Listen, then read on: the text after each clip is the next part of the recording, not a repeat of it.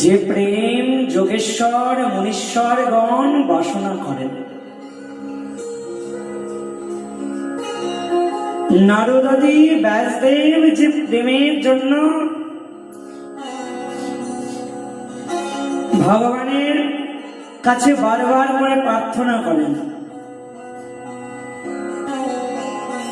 আজ আমার শ্রীমান মহাপ্রভু কি বলেছেন জানো? সেই প্রেম শ্রীচৈতন্য দিলা যথা তথা, জগাই মাধাই পর্যন্ত অন্যের একা কথা। সেই প্রেম শ্রীমান মহাপ্রভু আমার যাকে তাকে বিলিয়ে দিচ্ছেন। জগাই মাধাইয়ের মতন পাপী উদ্ধার হয়ে গেল। ভাবো,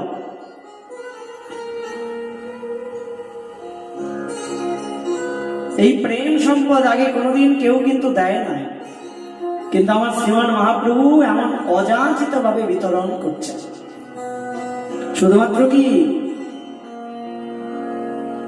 যারা মহাপ্রভুর কাছে এসেছেন তারা প্রেম পেয়েছেন? না না না, যারা আসেন নাই তারাও পেয়েছেন।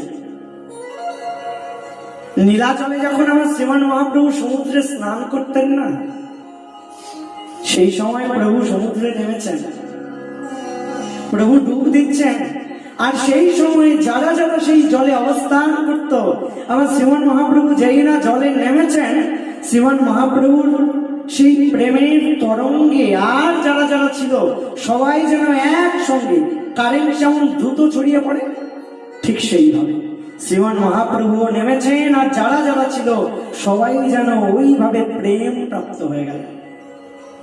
বাবা, এমন করুণা কোনোদিন কেউ করেছে? করে নাই। গোপীগণের যেই প্রেম কহে ভাগবতে,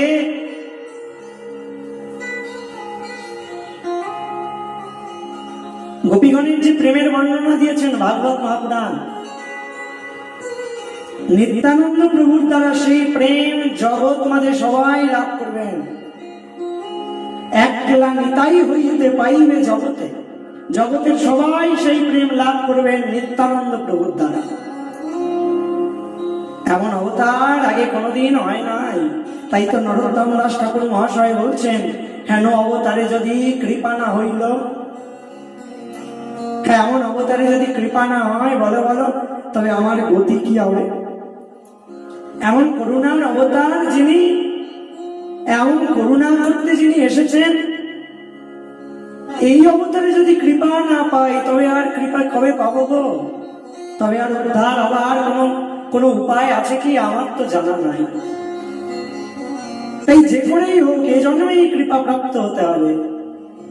এই জন্যই যদি কৃপা না পাই তবে তবে গতি কি হবে জানা নাই।